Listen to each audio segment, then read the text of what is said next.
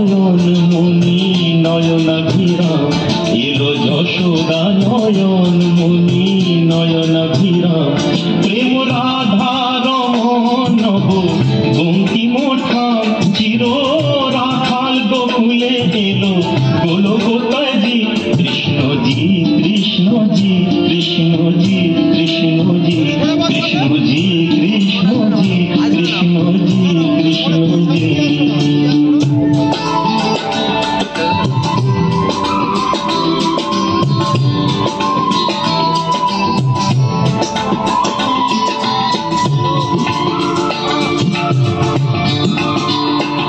ভয়ত্রাতা এলো তারা ক্লেশ নাশী কাজল নয়নে এলো উজ্জ্বল শশী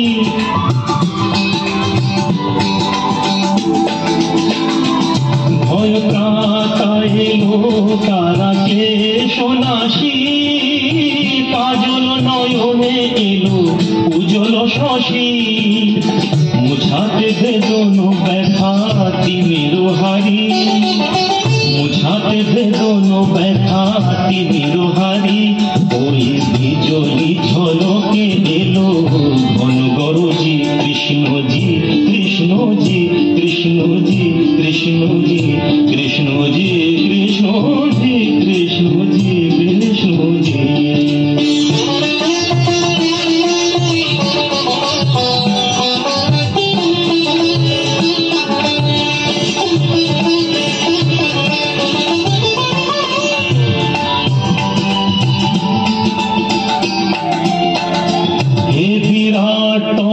মঙ্গল আখি তলে তত পুষ্প ফোটে প্রেম অশ্রু জলে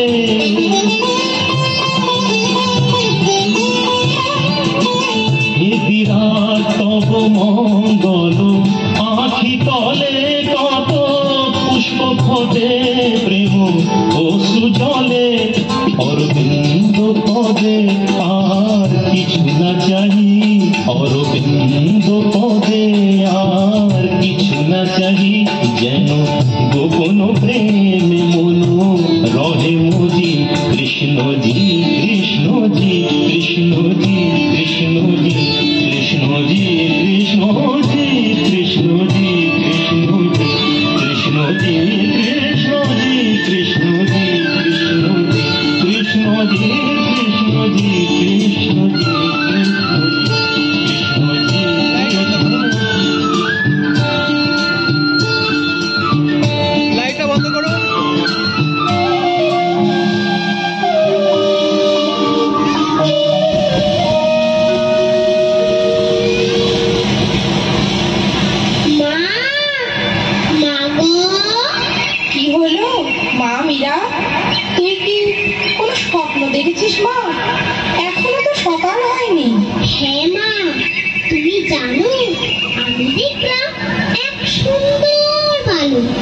সুন্দর বালক? হ্যাঁ মা, আমি দেখলাম এক মা তার ছেলেকে খুব আদর করছে আর মনের সুখে গান গাইছে, সাথে অনেক গোপিনীগণ। ওরে, তুই যে তাকে দেখেছিস? কাকে মা? সময় হলে নিশ্চয়ই জানবি। হুহুম না হুহুম না হুহুম না রে হুহুম না হুহুম না হুহুম না হুহুম না রে হুহুম না হুহুম না। মা, তুমি শুনতে পাচ্ছ? কিসের একটা শব্দ হচ্ছে? ওরে পাগলি, ওটা তো পালকি করে বউ যাচ্ছে, সেই শব্দ। মা, আমিও বউ হব? সে কি, তুমি তো অনেক ছোট মা, এখন তোমার বিয়ে কি করে হবে মা? না না, আমার এখনই বর চাই, আমায় বর এনে দাও মা।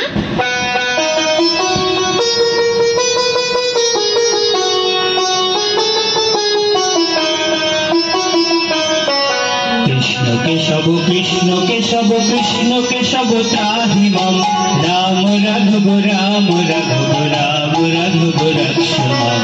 কৃষ্ণ কেশব কৃষ্ণ কেশব কৃষ্ণ কেশব ত্রাহি মম, রাম রাঘব রাম রাঘব রাম রাঘব রক্ষ মম।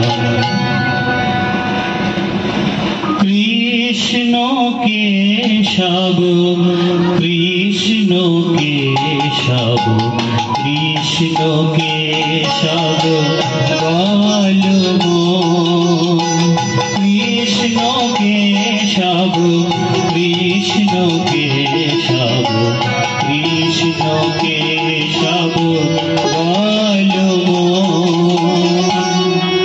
একই পুরোহিত মশাই, আপনি এখানে?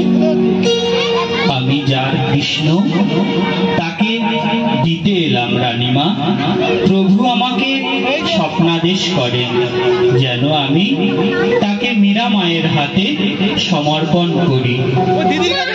তাহলে আমার বরকে হবে? বলো বলো। এই তো গিরিধারী লাল কৃষ্ণই তোমার বর মা। দাও দাও, আমার বর আমায় দাও। এই নাও, আমার কাজ শেষ। আজ থেকে গোবিন্দ মন্দিরের দায়িত্ব তোমার। কৃষ্ণ কেশব কৃষ্ণ কেশব কৃষ্ণ কেশব বল মন, কৃষ্ণ কেশব কৃষ্ণ কেশব কৃষ্ণ কেশব বল মন।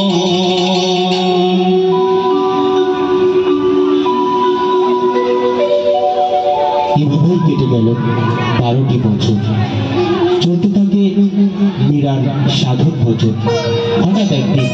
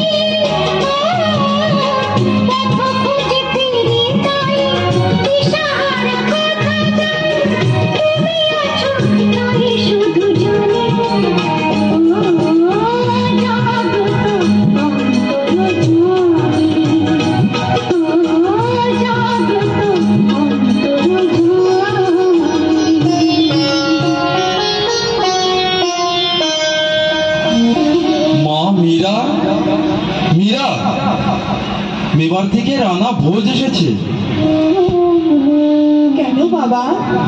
তোমায় মেবারে রানী করে নিতে চান। তুমি এই বার্তা শুনে খুশি হওনি? বাবা, আমার তো কবেই বিয়ে হয়ে গেছে। আমি আর কাউকে আর স্বামী বলে মানতে পারবো না বাবা। মীরা, এ তুমি কি বলছো? এটাও কি সম্ভব? তোমার জন্য আমার মৃত্যুবরণ করতে হবে? না না বাবা, আমি তা চাই না। আমি কোনো কথাই শুনতে চাই না। তোমার বিয়ে রানা ভোজের সঙ্গেই হবে, আর এটাই আমার শেষ কথা। লোকজনকে নিয়েই চলে আসতে পারে। শুনছো গিরিধারী, আমি তোমাকে ছাড়া এমন আর কাউকে দিতে পারবো না। কৃষ্ণ ধ্যান, কৃষ্ণ জ্ঞান, কৃষ্ণই আমার সব।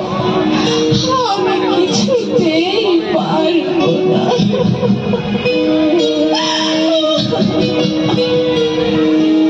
ওঠো মীরা সখী, দেখো আমি এসেছি। তুমি এসেছো আমার প্রাণ প্রিয়। চোখ মুছো সখী, তুমি রানী হয়ে যাও মেবারে। আমি থাকবো তোমার ঘরে। এবার তুমি প্রস্তুত হও। কোথায় তুমি? আমি তোমাকে দেখতে পাচ্ছি না কেন? দেখা দাও, দেখা দাও, দেখা দাও।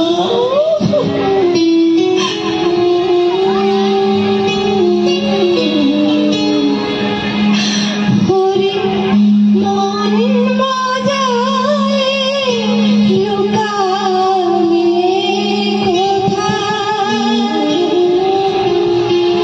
হরি মন মজায় লুকালে কোথায়? আমি ভাবে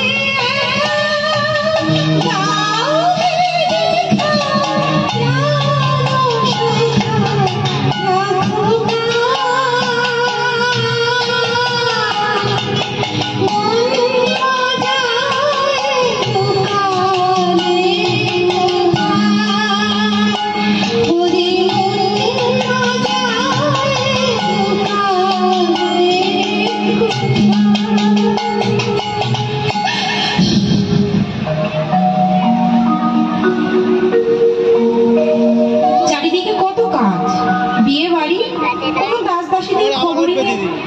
ওদিকে গায়ে হলুদ এসে গেছে।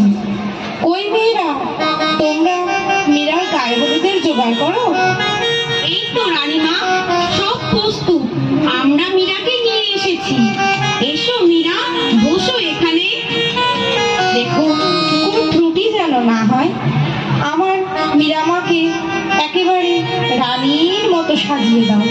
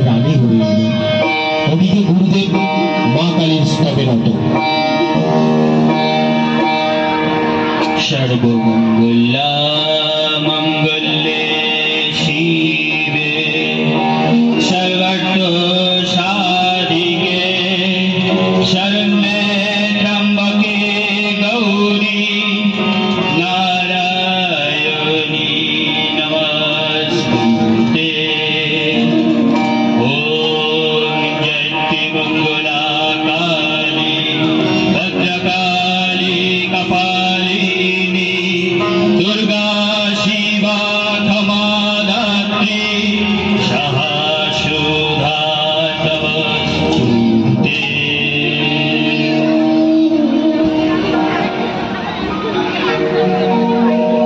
এসো রানা ভোজ, এসো বধূমাতা মীরা। দেখো নিজ পশুরা মায়ের পায়ে বলি হয়েছে, সেই রক্তমাখা ফুল তুমি মায়ের পায়ে অঞ্জলি দাও। এই আপনি কি বলছেন? না না, আমি জীবের রক্তে রাঙা ফুল মায়ের পায়ে দিতে পারবো না। তোমার এত স্পর্ধা যে আমাকে অশ্রদ্ধা করছো, তুমি মাকে তুচ্ছ জ্ঞান করছো। না গুরুদেব, আমি বনে ফোটা জবা চাই। কেউ কি আছো যে আমায় বনে ফোটা লাল জবা এনে দেবে? রানীমা, এই হিমান্তি তোমার জন্য ফুল এনেছে, তুমি নাও রানীমা। আমায় এক শ্যামল বালক আর এক শ্যামলা মেয়ে ডেকে বলল মেবারের নতুন রানী ফুল চাইছে, তুমি এই ফুল দিয়ে এসো। তাই আমি এলাম। ছি ছি ছি, শেষে ভিলের মেয়ের হাতের ফুল যাবে মায়ের চরণে, এ অনর্থ। গুরুদেব, মীরা যখন রক্তমাখা ফুল নিতে চাইছে না তখন থাক। শেষ পর্যন্ত তুমিও। আমার কালো মেয়ে পায়ে তলায় দেখে যা আলোর নাচন। কালো মেয়ে পায়ে তলায় দেখে যা আলোর নাচন। রূপ দেখে বুক পেয়েছি, রূপ দেখে বুক পেয়েছি, তার হাতে মরণ বাজন। দেখে যা আলোর নাচন। কালো মেয়ে পায়ে তলায় দেখে যা আলোর নাচন। এই যে না হলে ভালো হতো। এই যে এটা না, এ আমি কি করলাম? আমি কেন কিছু মীরাকে বলতে পারলাম না? গুরুদেব ক্ষুব্ধ হয়ে আছেন। মা, কুলদেবীর এই অসম্মান মেনে নেওয়া যায় না। ছি, এভাবে বলবেন না। দিদি এসেছেন আমাদের বাড়ির রানী হয়ে, তিনি নিশ্চয়ই অকল্যাণ চাইবেন না। এই কিছুক্ষণের মধ্যেই দিদি তোমার আপন হয়ে গেল। শুনুন মহারানী, আমি জেনে এলাম রানা নাকি মাধবের মন্দির করছেন। না, আমি এ হতেই দেব না। এত বড় সাহস! এরই মধ্যে আমার ছেলেকে বশ করেছে। বুঝলেন না, মীরাবাই মায়াবিনী ছলনাময়ী আমার গণনা করা হয়ে গেছে। গুরুদেব, এবার তাহলে কি হবে? তাড়াতে হবে, বুঝলেন, তাড়াতে হবে, নইলে আপনার সংসারে বড় অনর্থ হবে। ঠিক বলেছেন, আপনারা এখন চলুন।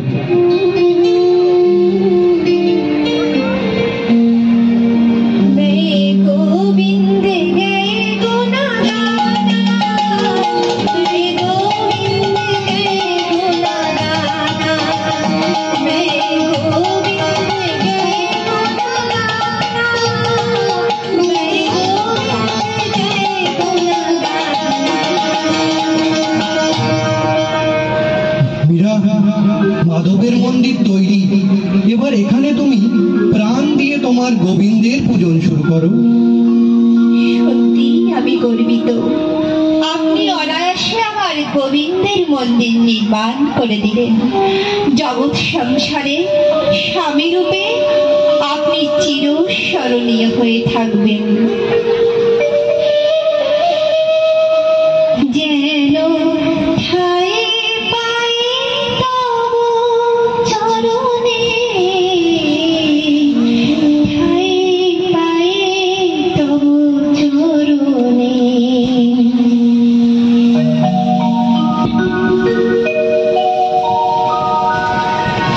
শোনো বিক্রম, মীরাবাইকে যদি তুমি হত্যা না করো তবে রানাকে তুমি পরাস্ত করতে পারবে না, আর সিংহাসনও তোমার পাওয়া হবে না। তাই হবে গুরুদেব, কিন্তু এ কাজ কে করবে? মীরাবাই চম্পাবাইকে বিশ্বাস করে, তাই বিষ যাবে চম্পাবাইয়ের হাত দিয়ে।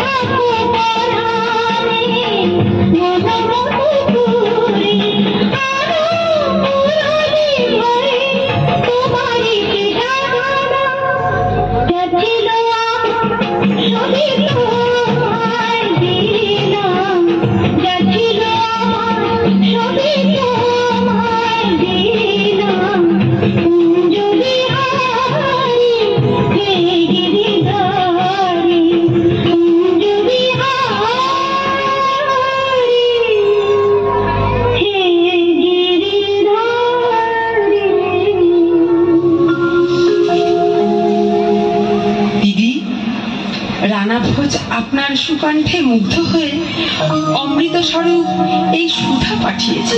অমৃত সুধা? হ্যাঁ দিদি। আমি কতই না ভাগ্যবতী, আমি এই সুধা অবশ্যই পান করব। না রানীমা, ওতে বিষ আছে। বিষ? আমি শুনেছি চক্রান্ত করে এই বিষ দিয়েছেন গুরুদেব আপনাকে মারার জন্য, আর সাথে ছিলেন বিক্রম সিংহ। তাই যদি হয় এই বিষ আমি পান করব। তুমি কি করলে চম্পা? দিদি, আমার স্বামীর পাপ আমাকে একটু কমাতে দাও দিদি। এ তুমি ঠিক করলে না চম্পা, চম্পা, চম্পা।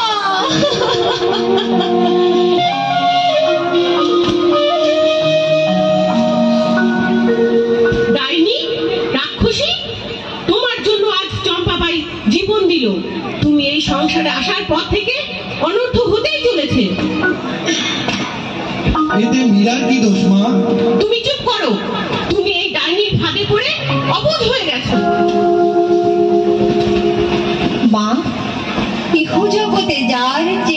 সময় নির্ধারণ করা থাকবে, সে সে কদিনই এই মায়ার সংসারে বেঁচে থাকবে। তুমি চুপ করো, তোমার কথা শুনতে চাই না, চাই না। মামার কাছে যাবি?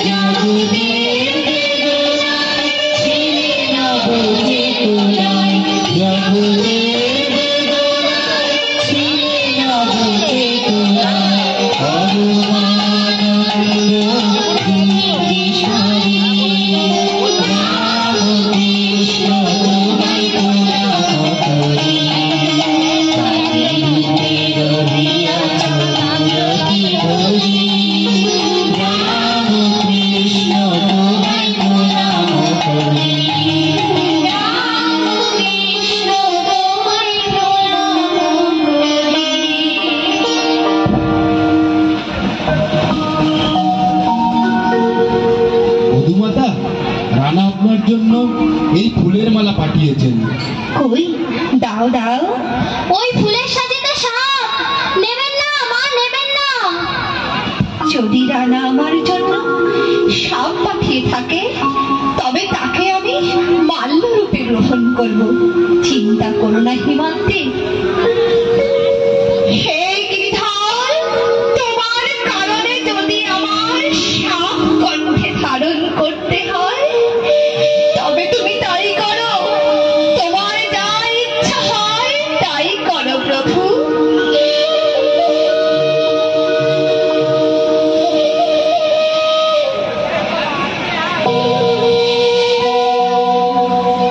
কৃষ্ণ নাম করা যদি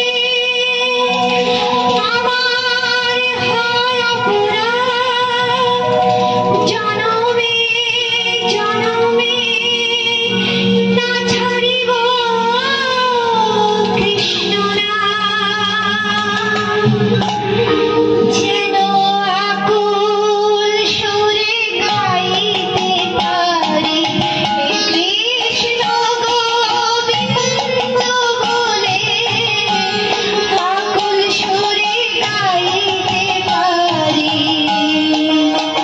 হরে কৃষ্ণ হরে কৃষ্ণ কৃষ্ণ কৃষ্ণ হরে হরে, হরে রাম হরে রাম, রাম রাম হরে হরে।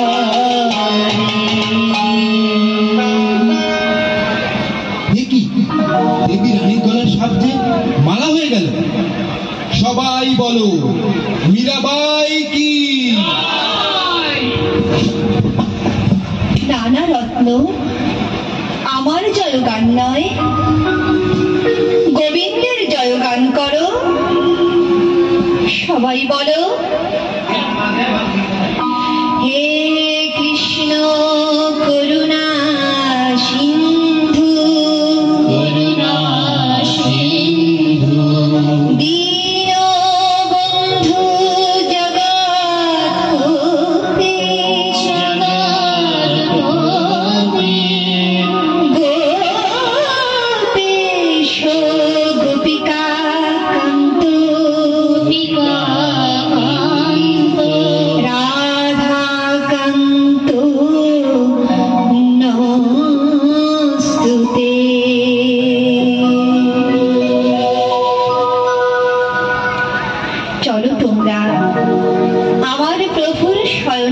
সময় হলো, চলো।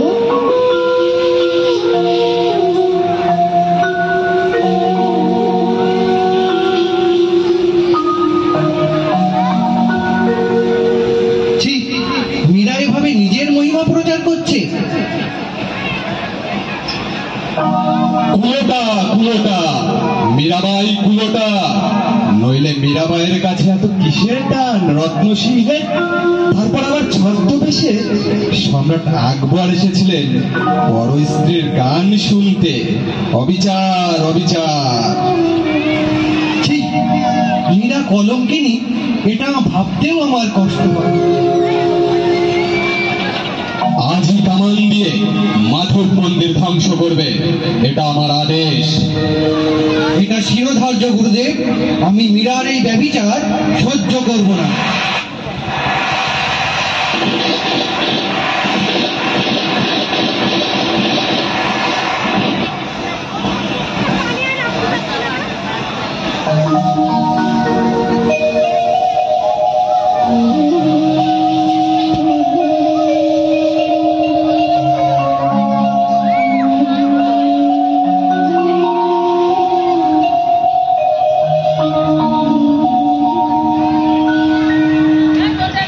পারছি না সহ্য করতে, কি করব আমি?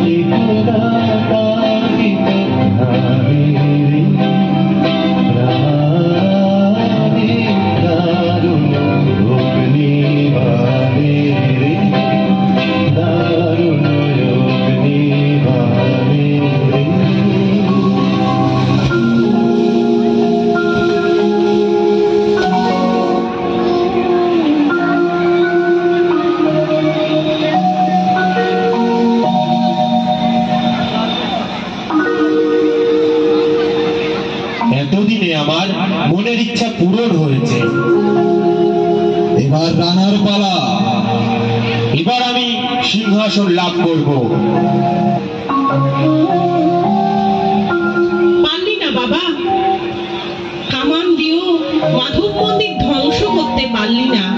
আমি বুঝেছি মীরাবাই ডাইনি নয়, আমি ভুল করেছি। মা, তুমিও?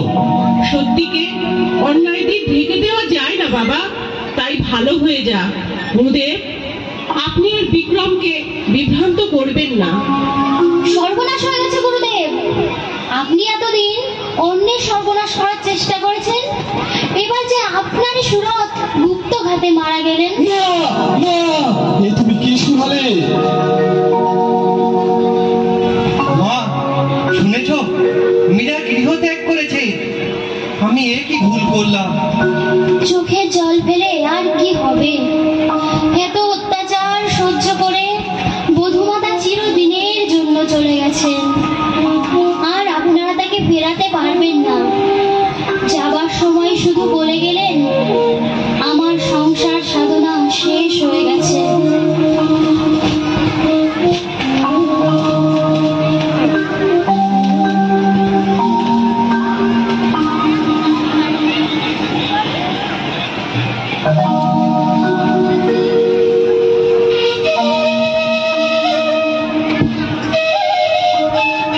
কেটে গেল আরো 5টি বছর।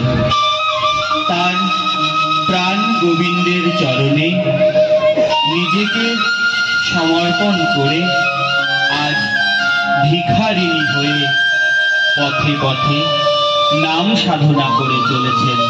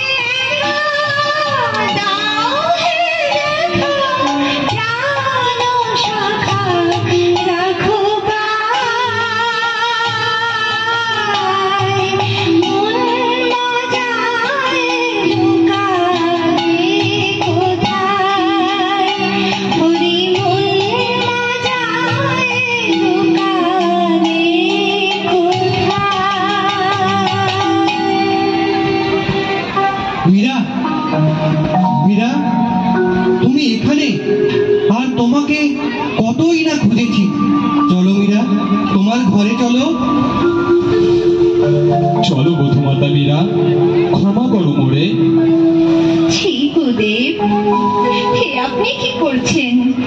আমার যে আর ফেরার পথ নেই, আমার মার্জনা করুন। আমি তাকে ছাড়া কোথাও যেতে পারবো না। তুমি ছাড়া যে বিবার শূন্য মীরা। গিরিধারী, গিরিধারী, দেখা দাও, দেখা দাও। কৃষ্ণ কালো, কালী শ্যামা, দেখা দাও, দেখা দাও।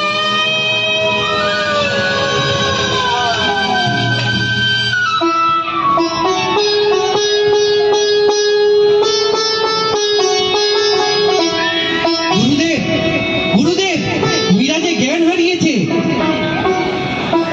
মীরার জ্ঞান আর ফিরবে না। চলো ওর গিরিধরের কাছে ওকে নিয়ে যাই। সবাই প্রাণ ভরে তার গুণগান করো। হয়ে উঠুক সত্যানন্দ বিদ্যানিকেতনের এই প্রাঙ্গণ মধুর বৃন্দাবন।